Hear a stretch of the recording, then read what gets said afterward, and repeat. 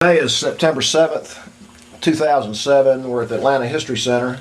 My name is Joe Bruckner, and I'm with Marcus Randolph Martin and his daughter, Tammy Brodigan. And I'm interviewing Mr. Martin concerning his experiences in World War II. And Mr. Martin and Ms. Brodigan, we really appreciate you coming here and sharing your story with us. This is part of the Veterans History Project, and the Atlanta History Center is gathering yours and other stories for this project, and we're at the Atlanta History Center today. Mr. Martin, would you give us your address and your date of birth, please? The present address is 4910 Thornwood Knoll, Acworth, Georgia 30102. And I live there with my daughter, Tammy, and this is what my address is. Okay, and when were you born? I was born on July 23rd, 1914, and I'm 93 years old. Well, congratulations. You don't look it. And I just do pretty good for an old man, I guess. Would you tell us a little bit about your upbringing and your family? I was born in Johnson City, Tennessee, and we moved to Florida when I was about 9 years old. And so my didn't have much of a upbringing in Tennessee, but we moved to Florida. It just went to school a little bit, and didn't get much education because I don't know why it was that they never did insist on us going to school. So I ended up in the third grade when I was about 15. Huh. But since then I've been competing with people with college educations all my life. And doing well. I went down the road that way. When did you go into the military? I went in the military on June the 14th, 1942 rather. Okay. And got out in February 6, 1946. And during that time that I was one of the lucky ones. I got drafted twice. I got in there. They sent me off to the Signal Corps in Fort Myers, New Jersey, and then they transferred me to what they call the Enlisted Reserve Corps. And there was a purpose of, in other words, instead of being in the Army, was in sort of doing Coast Guard work. We patrol the docks and things around the rivers down in Jacksonville, Florida, and then I was lucky enough I got drafted again. Huh. I got drafted twice, and then they went in the infantry that time, and they finally went to different camps around the country, and ended up in Fort Lewis, Washington, and we went from there to the Philippines. Going back a minute, when you were drafted, how did your family feel about that? Well, at that time there was indifference, and you know that there was 4 of us brothers that went, and 3 of us went overseas.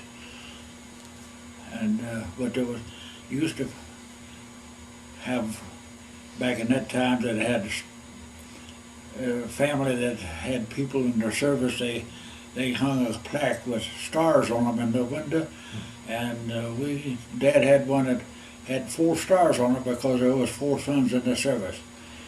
Where did they end up stationed? My younger brother was in the Marines. The rest of us was in the Army. He went to somewhere over the South Pacific Island, and another one went over to to Europe, and he had it rougher than most of us. He was in the engineers. He fought his way up from, he landed in southern France and fought his way through France on up in there. And, but I outlived all of them. They're all gone, and except me, I'm the only one of the families left. Did they all survive the war? Yes. And they all survived. One didn't leave the States, but the three of us went overseas. Two of us to the South Pacific and one to Europe. And Where were you when Pearl Harbor was attacked? I was in Jacksonville, Florida, as a sort of a dullest moment of my life when I heard it on the radio. And just standing up in the middle of the floor, and the radio come on and talk about the Japs that attacked Pearl Harbor, and I know right away that I'm destined to go, and sort of stunned me that what am I going to do? You know, just one of them things that comes up. How am I going to handle it? Trying to do it, your mind working so fast and trying to figure out, and so anyway, they declared war on December the 7th, and I got my papers on the 19th. Good gosh. And but after taking examinations and everything, that they finally drafted me again, and that was the first time of it. And the first time that sent me to Fort Monmouth, New Jersey as a Signal Corps. And then after that, they transferred me to the Enlisted Reserve Corps into the Coast Guard on account of I had a family. And then things got worse, and so they redrafted me again. I was one of the lucky ones that got drafted twice. Yeah, you're real lucky. And next time they sent me over, after doing my basic training at Fort Monmouth, New Jersey, Fort Lewis? No, Camp Landing, Florida. Okay. Did my basic training in infantry in Camp Landing, Florida. And then we went from there to different camps on the way to Seattle, Washington. And we caught the boat, a 20,000 troop ship, left Seattle, Washington sometime around the 1st of July or June, somewhere along that. And we landed in the Philippines sometime in July. Did you know where you were going when you got on the ship? Didn't know anything. Didn't know where we were going or what we were doing. Just, in other words, you just did like a bunch of cattle. You just take and they unload you there, and then things happen that take charge after you get there and tell you what to do and all that kind of stuff. And Well, tell us about your experiences, on the ship, and then when you got off, and what happened from that point forward, where you went and what you did. well, I had a couple of experiences on the ship that the ship was semi-armed, and we were all sitting in the 40 millimeter anti-aircraft gun, and being in the just sitting in, and all of us, they cut loose with this 40 millimeter gun, and with so much noise and everything, and they didn't know what was going on. They thought, so you die for cover right there. And I come to find out it was just a practice run, that they were just trying out the gun, but it scared the hell out of you. If you don't think you wanted to try it sometime. And anyway, we the rest of the trip was uneventful, other than after we got there. Then we landed in somewhere in Leyte in the Philippines, and most of our work was on shore, and then we loaded up again and went right by Iwo Jima and into Okinawa, and we landed in Okinawa sometime around the 1st of August. And we started right away to start going to the mountains and looking for Japs. Now, was the Battle of Okinawa going on then? Well, some places there it was over, and in other words, they had just won a big battle there at a place called what the service people had called. There was a ridge where the guns, where the 155s had sawed off them trees on the mountains, and it looked like an old rugged saw. So we called it Sawtooth Ridge. And then over about 2 miles away there's a place called, it was a big mound like a chocolate drop, just the same size of a chocolate drop.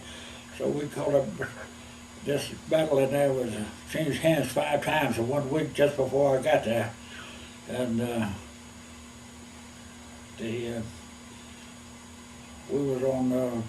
I was out there laying telephone wire, and I was crawling through the weeds, the elephant grass rather, and I run across a leg, American soldier's leg, just sticking that up in a boot, and kind of wake you up a little bit to see that.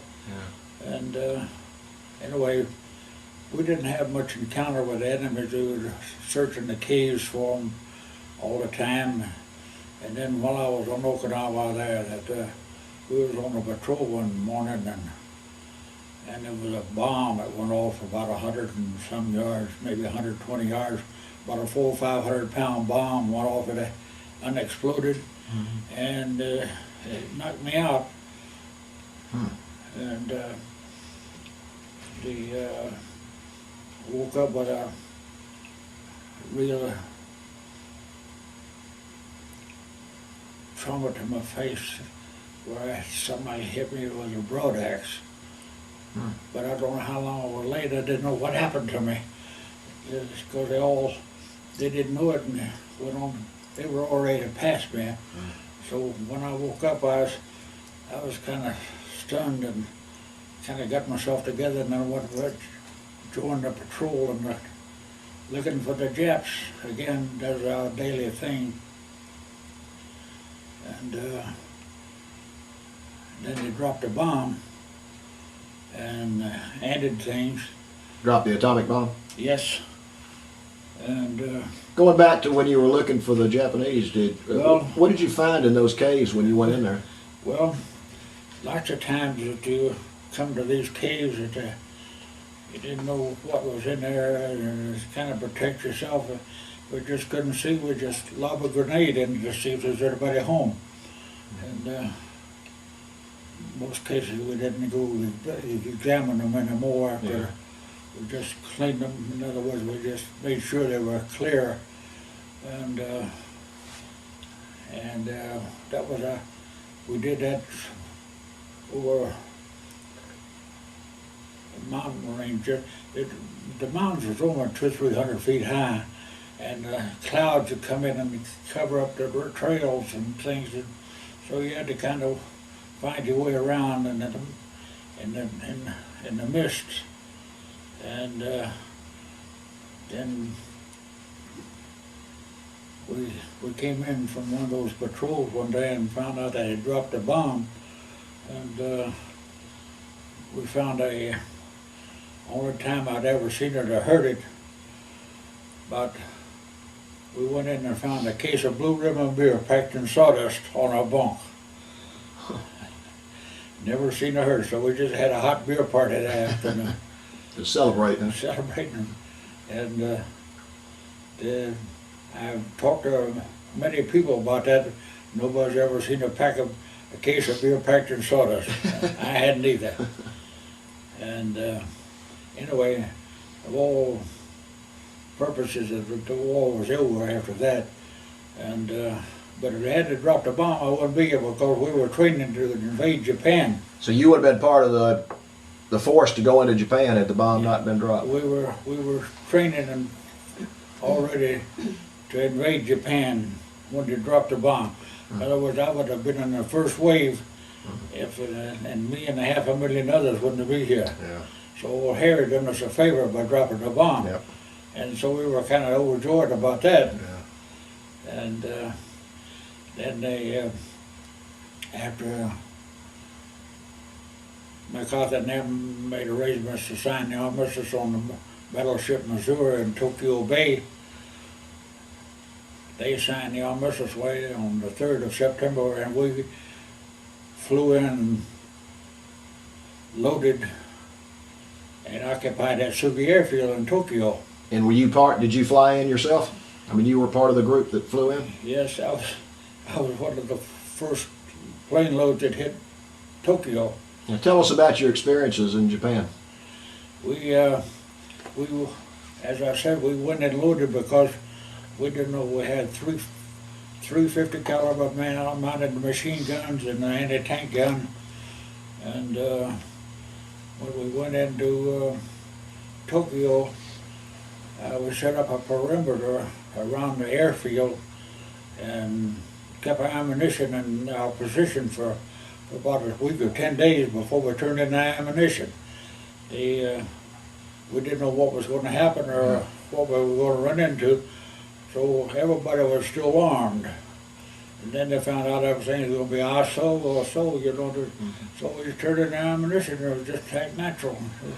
And then they didn't want us just to stand around and do nothing, so they took my outfit and made MPs out of us.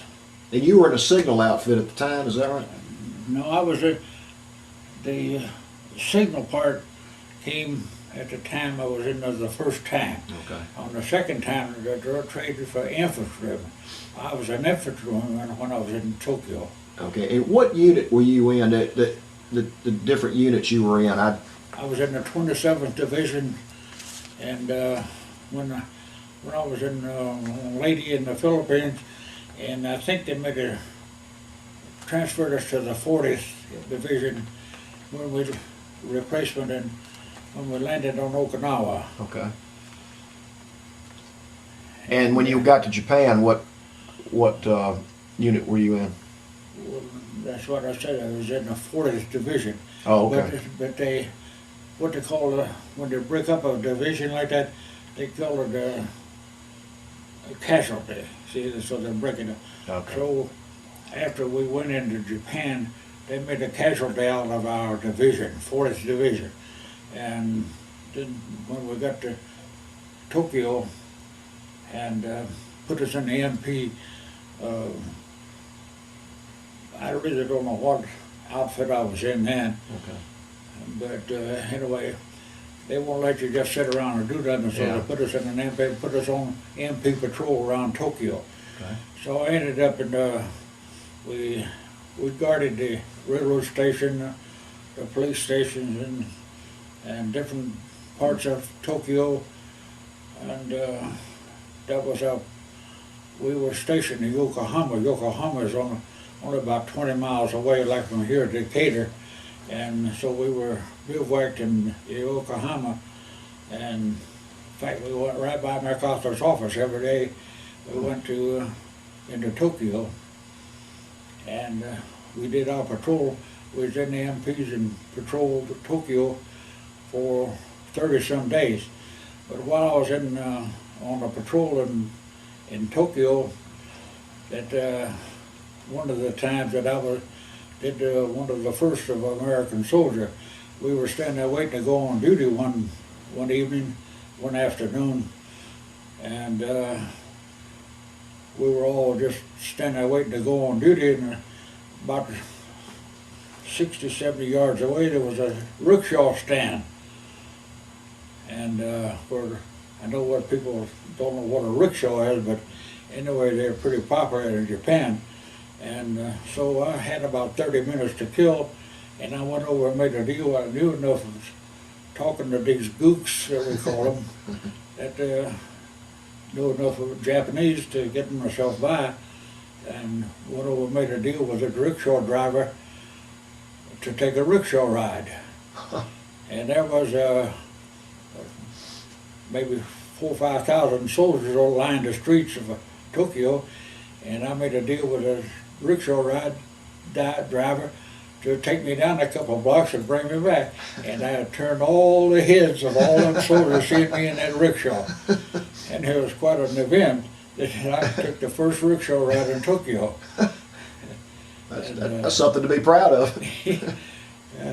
But I'm getting a little ahead of my story there. I'll tell you another first that we, back in a little town in, over in, where I used to take the captain and the colonel were at the police station to this town that we were in. That, where I took them that day was a town where they had manufactured the wings for the Zero fighters, for them Zero fighters planes. And we went up there to, in other words, they had business with to close this place up. It made the wings for the planes. And since I knew my way around it, and taking the colonel and captain to the police stations and everything, I knew I was going to have about an hour and a half waiting for them. So I passed a Japanese barber shop on the way down to the police station, and after I let them off, and I turned around and went back to this Japanese barber shop and got a shave and a haircut. And the streets were very wide. I mean, something like maybe 75, 80 feet wide. And wasn't nothing on the streets except maybe a honey wagon here and there. And so I just wheeled around, parked right in front of the barber shop, and I was armed. I had a .45 sidearm and had one in my shirt, and then I had my grease gun. What we call a grease gun was a .45 automatic pistol. And anyway, I went in there, told them I knew enough to tell them what I wanted, and so when you lay you down, they want to shave your ears, your forehead, and everything else. When they shave you, because you don't tell them. And when they got me up from laying down, getting a shave, I look out there and there's 20, 30,000 Japs out there in the street watching me in that barber shop. So I was the first soldier they'd ever seen in Japan. Yeah. What was their reaction? But they just stunned. And then it was, when I got up and walked out the barber shop, they parted. I walked up to my Jeep, and then they parted again. But everybody was very docile, and they just marveled at seeing an American soldier. Gosh. And especially I was armed too. Yeah. And of course I wouldn't have much chance if it wasn't. But we found everything very peaceful, and I was only one of the few people that got to carry sidearms, while I was there, because nobody else got to get out of camp. And so I was the first soldier. Then I did the mail run to Miramatsu for the battalion from Shibata, and there was only the soldiers that knew the way around. So I made the mail run and took them where they wanted to go and this and that. And I was the first soldier that was ever seen in many parts of the island of Honshu. And then when when they made a casualty company out of my division, we just, put us on the train and sent us into Tokyo. And but that was maybe got ahead of my story there a little bit. No, you're doing fine. I got to tell them those things that come to my mind. No, that's what we want to hear. And anyway, that morning we flew into Japan after the armistice. We had the people bring all their sidearms. See, in Japan, instead of people carrying a gun at the house, they carried a samurai sword. Huh. Very few pistols, except in the military. Everybody at home had a sword. And so we made them bring in all their arms and put in this parade field, what they call the West Point of Japan. That's where we stayed in the barracks there. And there's this mound of weapons, maybe 40 foot high, a football field long. So you can imagine what a pile of weapons we had, a Japanese weapon.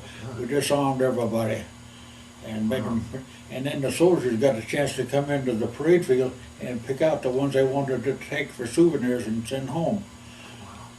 Did you get any? Yes, I did. You got a picture of anything? I got a picture of my samurai sword. Yeah, let's get that on here. And then I got this flag. Got this flag on Okinawa. I mean, a Japanese flag.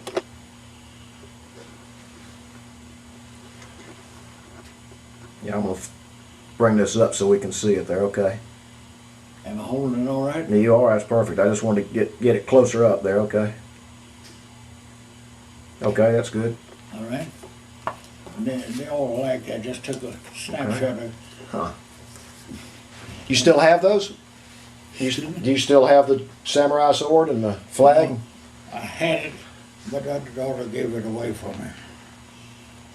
But Stacy wanted to take a picture. This is a snapshot where a little snapshot I'd have brought back from the service with me. Somebody had a camera and I borrowed it, little box camera, and I made this little one snapshot. Pull it down. Just there we go. There we go. Okay, tell us about that. I see you in your Jeep. This is when they transferred me to the motor pool, and I was in a place called Shibata, Japan. And then I blew it up and made it.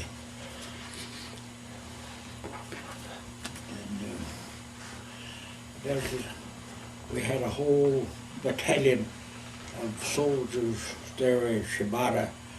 It was in this compound, and it was an enclosure that the soldiers couldn't get out at all. And I had free reign with my Jeep that I go in and out anytime I wanted to with a service. And I got all kinds of salutes and everything because they didn't know I was an officer. And anyway, I was only a corporal. But when I went down to pick up Captain Brooks, he just got through a battle and gave me a beautiful 45. Wow. That came off the battlefield out in Okinawa. I took him, went and picked him up down there and took him over to the airfield to get a ride home. At the time, you got sent home on points. And you had 72 points as high as you could get. And I only had 52 points. But anyway, I took some of these people that were ready to go home. I'd go pick them up and take them over to the airfield where they could get a ride home. And I imagine they were pretty happy, weren't they? yeah, they probably were. And anyway, this Captain Brooks wanted to make me a sergeant right then, and I told him I don't think I want to. At that time, he just didn't. Things were so. I don't think I want to fool with being a sergeant. I was doing all right where I was, and I had free access to the freedom of getting in and out of camp where nobody else could. Yeah. And so that's just about my account into Tokyo. And after waiting there for 31 days on the boat finally come in, and I think it was about a 20 to 25,000 troop ship, and we started on a journey home, and it was very uneventful going across the Pacific, except the same thing over and over every day. And then one morning, maybe 3 or 4 o'clock in the morning,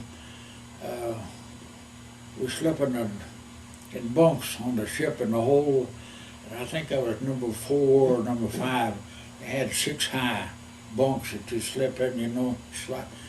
And one morning we woke up with this awful rumble up on the deck, just like a herd of cattle making all running across a field or something, and on this steel deck, and it was just a crescendo. And wondering what the heck is going on. And so got my shoes on and pants and things, and run up there to see what was going on. And what they were running for to the side of the deck, we could see the lights of San Francisco, about maybe 100 miles out, you know. And it was a very pretty sight you ever saw. The lights of San Francisco, we were home. And so we were right under the Golden Gate Bridge and went to a little place called Pittsburgh. And they docked it there and we unloaded, and they had to shake down. They had to lay everything else to head out to be inspected. And this 45 that Captain Brooks gave to me on Okinawa, there was no record of it. I was lost in battle. And I know I couldn't get it in, so I butted up to a sergeant and asked him if he'd hold it for me until he got through inspection, and never seen him no more. Oh, no. Oh, God. What was your feeling when you went under the Golden Gate Bridge? Oh, it was a beautiful sight. Just knowing that we were there, that was a great feeling after being overseas over a year. And they dispersed us and put us on the separate trains to go back to Camp Landing, and other people went to their own camps. And for all purpose and everything, the war was over. And you just turn loose and you're back home. I want to go back and ask you a couple of questions about when you were in Japan. When the Japanese were bringing their samurai swords and their weapons and piling them up, what was their reaction or their emotion, or what? Well, they were done it very reluctantly. In other words, there was no big fanfare about it. They just they were ordered to bring their weapons in and lay them down and walk out. And so you can imagine, if you bring your weapon in you're not going to feel very good. So, but they did it and didn't have a bit of trouble with any of them. They just brought their weapons in and laid them down and walked out. And that's the way it was. They without weapons, and because we'd already turned our weapons in because we didn't need them, because everything was very docile. Did you ever run into any either animosity or any guerrilla warfare or anything like when you got over to Japan? Any of the Japanese that looked like they were out to get you? Or? Never at any time did we run across anybody that was sore about anything. Never did. It was all bow down. They all bow down to you, and I saw, you know, this and that. And if you could speak in Japanese, well, you get by with it. But they were all just, in other words, we didn't need the weapons. They were just very nice people. All the time that we were there. And that's the way it ended. Left them just like we found them, except they were beaten. But if we hadn't beat them, they had us on our knees when they had Pearl Harbor. They had us on our knees, and we just gathered up our bootstraps and went in there and finished and got the job done. But if they'd have kept on right from there on, whether we were speaking Japanese or German, because they had us on our knees. You're right. Nobody knew that much until they got over there. But we made a real good comeback, and we got the job done. You sure did. You should be proud of being a part of that. Just a little clog in the wheel. No. When you were over there, did you realize that you were part of one of the most significant events probably in world history? When you're over there doing this, you don't have time to think. And things like that never come to my mind at all. It just, you just do what you had to do at hand, you know? But nothing else, no thoughts about where you're going or what. Only thing it is that you were out there with hundreds of others, you know, just one little thing that incident that happened since you talking about. We were on a mission one day and had some 105 support. That's a cannon. We had a cannon support about 300 yards ahead of us, and we were advancing on this position, and these cannons were coming over, giving us support, and then all at once is a wave of P-51s come over. And these P-51s are shooting 50 caliber machine gun bullets, and the clips are falling among us, and we thought that we were advancing too close to the artillery, and I jumped in a hole, and it was sort of like one of the Arabian jugs. I had to hold my rifle up out of the hole to get somebody to pull me out of the hole. Really? That was a little thrill. With all these people going by you, and then they didn't see a rifle stick up, so they stopped and pulled me out of the hole. It was crazy of me jumping the holes over my head, but I didn't pick my hole. I just Didn't have time to pick a hole, did you? and I thought I just happened to think about that, because you can't think of everything, and try to think of the highlights and things that. So that's just about the whole story about being over there and the things that I've done. But I got the kick out of that, being the first soldier that was ever seen, and they were all so marvelous seeing a soldier, you know. That must have been interesting for you just to see that reaction. That's what I was saying. When did you feel the most fear? Or did you feel fear at any time? You don't have time. You don't think. You just, in other words, it just in one of those things where you have to time to stop and think. You just go and do what's supposed to be done and get it done. Then you relax, and then when you relax, you just relax and forget about it. Yeah. In other words, you're just like fodder out there being cattle, you know. Yeah. Don't pick their spots, nothing. You're just there, and if you fall, you fall. But anyway, I made it back. Old Harry saved me though. That bomb. Yeah. When we were fixing to invade Japan, because he saved me and 500,000 others. Yeah. I've heard that many times from people I've interviewed that well, I've heard and lots of times in the back, years back, that I've heard unfavorable things about Harry Truman, but this time I know firsthand that what he did when he dropped that bomb, he saved a lot of people. saved your life. Didn't it? Yes, he did. And then, and that was pretty exciting about that. And then it was pretty exciting about having not to invade too. Yeah. Yeah, when we were just jumping on that DC-3, and but we went in loaded. We didn't know what was going to happen, Yeah. did we? Yeah. When you got back, when did you get out of the military? I got out, and you say, when did I get out? I got out on February 6, 1946. And you just bring you there and come in on the train and you're home. That's it. It's all over. What was how did you react to that? You've been fighting a war for 3 or 4 years, and all of a sudden you're just back. You just have to adjust, get yourself back in the position. And I just started out looking for a job. That's all there was to it. Try to get a job and support my family. Before we finished, tell us about your family. Were you married, children? Yes, I'm married and I had 2 children at that time. And we lived in Jacksonville, Florida. And I just went back home and started all over again.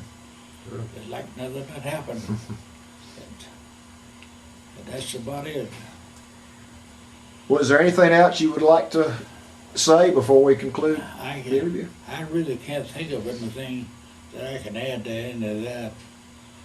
Just, I'm thankful that I'm doing all right and got back all right. We are too. Yes. Would you like to say anything? Well, I want to thank you for, number one, for taking your time to come and do this and give us your story. It means a lot to us that you've done that, but mainly I want to thank you for what you did for the country Well, back in World War II. That's you're right. We might be speaking another language if it wasn't for you and others like you. well, it's just one of them things. You got to do what you got to do, and you don't stall around about it. You just go and do it. They didn't have to. They didn't have to go look for nobody to join the army. There were 16 million of us, and not many of us left. But they all did what they had to do, and some made it back. All the heroes are still over there, and it goes to show you that freedom is not free, but people forget. Just like this armistice, I mean, it's like the signing of the armistice just a couple, 3 days ago. No mention of it anywhere that people forgot about. Not in the papers, anything. Nobody knew about the anniversary of signing the armistice with Japan. You know, it's a pretty big deal to me. And did you know that I went around and talked to people, asked people what happened today? Nobody knew. Nobody knew. Sad. Nobody knew. I went up around Marietta Square, and a lot of people. I stopped, even the guy selling, trying to get prescriptions for the daily paper. I said, do you know what the anniversary is? You know what's happened today, 66 years ago? Nobody knew. Nobody knew. I'm the only one out there that knew what happened and was there. Not only the fact that it was there, but just nobody knew what happened. They forgot to take it for granted. Because they knew they won't miss it. They won't miss the freedom until they lose it. That's exactly right. And well, and hopefully having these stories recorded like yours might help people remember what happened. And some newspapers, they won't even tell people about what goes on. They don't care no more. It's past old news. But that got me. Nobody knew what occasion happened on September the 3rd.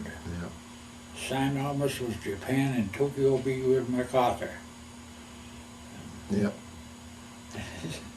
Well, I agree with you, and we need to do more to educate the people. You're exactly right. Nobody knew. Let's do one more thing before we stop. You've got some ribbons there. Could you show us those? Yeah, but I'm not complete. This is I don't. These are not complete. These are just some of them that I got a rifle, an expert rifle one that I got that says right here, and it must have dropped in another. Hold them up a little bit, if you will. That's it. And my dog tags.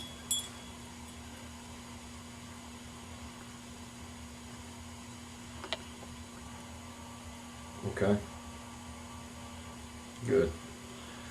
I can have 2 or 3 more ribbons, but they didn't have any. Well, once again, I want to thank you so much for taking your time and for what you did for the country. All right, and I thank you. I was going to show you a picture. Here's a picture of when I was younger. Oh, let's get that on there.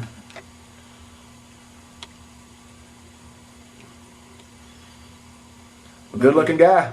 Maybe sometime between now and 20 years ago. I don't remember when it was. More like 15 years old. Ago. And I just brought those little things along there. We appreciate you doing that, and again, we appreciate what you did for us. All right.